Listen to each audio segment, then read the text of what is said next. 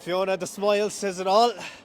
After two finals that you all both didn't go over the line, in the third one, you're back at the wheel and you're back as cup champions. You must be delighted. Absolutely over the moon. You know, we knew coming up here today the threats Railway have. They're such a good squad. Both teams were impacted by players go on to the Celtic Cup, but the biggest thing for both of us was we knew we had the talent there as well, so I knew it was going to be a cracking game. And the smile is because of that second half. Oh my God, they really pulled it out of the bag. I spoke to them at half time and they pulled it out of the bag. Absolute brilliant performance. I was saying to Chloe there, it reminded me of that Railway League game down in Anacostia in November where it was only a score in it at the break and you came back and managed to seal it in the second half. But that second half, just the work rate that players showed, the likes of Murna Wall with the kicks in behind to get you the territory, and just the scores coming through, it was just probably the best performance of the year so far from you. Yeah, I think so. As I said, a lot of change to what we had during the year, and that's what we pride ourselves on, is work rate, defence.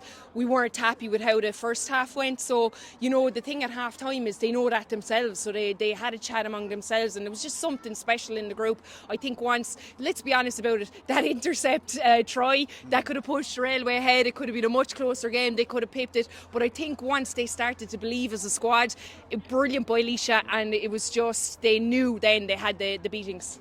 Obviously, I found out yesterday, of course, that Ciara was back in the squad. Probably a massive secret, but for someone who hasn't played in 2 years, she really played her socks off today.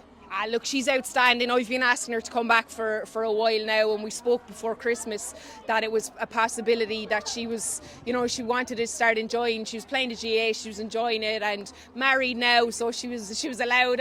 She was going back out again. She'll kill me for saying that, but look, she's something special. I mean, it was when I watched her with the Barbarians. I was coaching Munster, and she was a standout player for the Barbarians on Thomond Park, having not played in I don't know how long, and she just has the physicality and the ability to get you over the gain line, and she was absolutely outstanding today, and hopefully we can keep her around for a while more. I suppose there is a while more to go in the season, naturally enough. We have the league kicking off in just a few weeks' time again for yourselves. Talk to Chloe, she does say there's a lot more determination. You're unbeaten in the league. Hopefully now, from your standards, you want to progress this and potentially have a second piece of silverware coming down to Shannon's side this year.